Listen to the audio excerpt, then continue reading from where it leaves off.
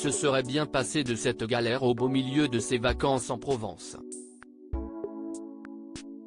Christophe de Chavannes est pourtant victime d'une violente allergie depuis quelques heures et a partagé des photos de son état.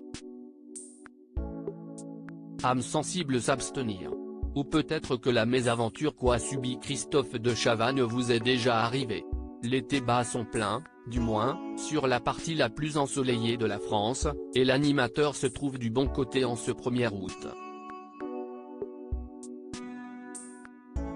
L'ex-figure de TF1 se prélasse sur la Côte d'Azur après une année relativement chargée.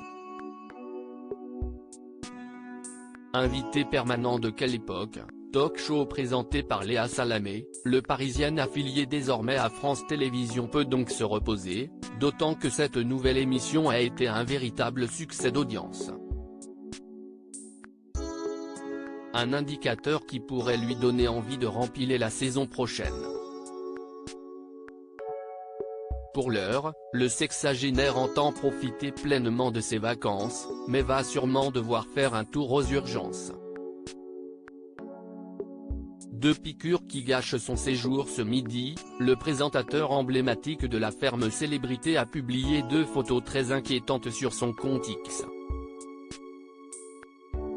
Le texte qui suit en dit long sur sa condition: merci beaucoup la petite guêpe foncée genre marron, peu de rayures, et plutôt agressive.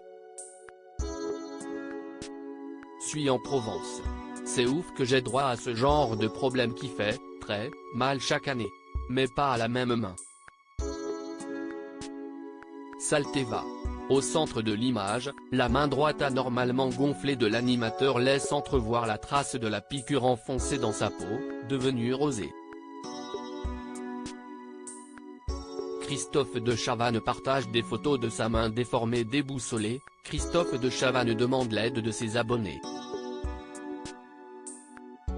Si quelqu'un a une idée du nom d'une petite guêpe marron qui m'a piqué le premier coup au petit doigt et un deuxième plus légèrement sur le côté de la main.